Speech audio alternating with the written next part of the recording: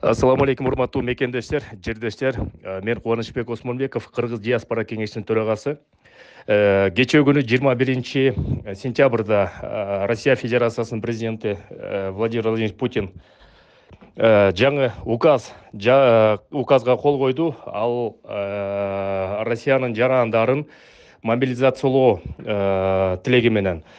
Ал мобилизациялоо биздин мекендештерге бир сыйра айта кетейин, эч кандай кыргыз мекендештерге, жөнөкөй мигранттарга Кыргызстандын жаранына эч кандай тиешеси жок. Кандай иштеп атсаңыз, ошондой эле иштеп жүрө бериңиз. Булар болсо военно обязанный деп коет, аскерге кызмат кылчу орус жарандарын, именно орус жарандарын, ошолорго тиешеси бар.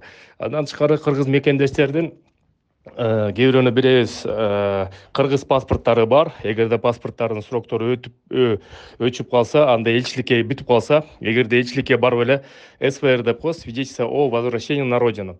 Ошону жашынакай шашпай эле алып, аны алгандан кийин силерге 1 ай мөөнөт берилет. Ошо 1 айдын мөөнөтүнүн ичинде азыр 100 миңден 80 миңден билет албай эле, эгерде мекенге келем десеңиздер, Кыргызстанга келем десеңиздер, анда ошо кыргыз паспортуңуз менен Кыргызстанга шашпай учуп кете берсеңиздер болот, силерге эч ким тийишпейт.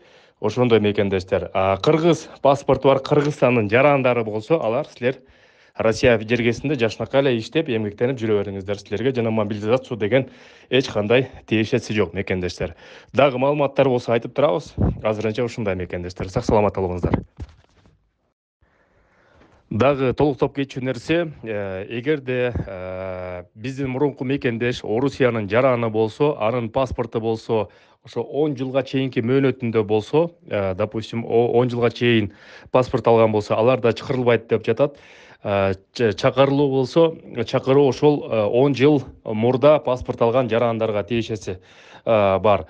Экинчиден болсо, кимдин 3 баласы болсо, аны үчөөтөн несовершеннолетний болсо, алар дагы чакырылбайт деген сөздөр айтылып жатат.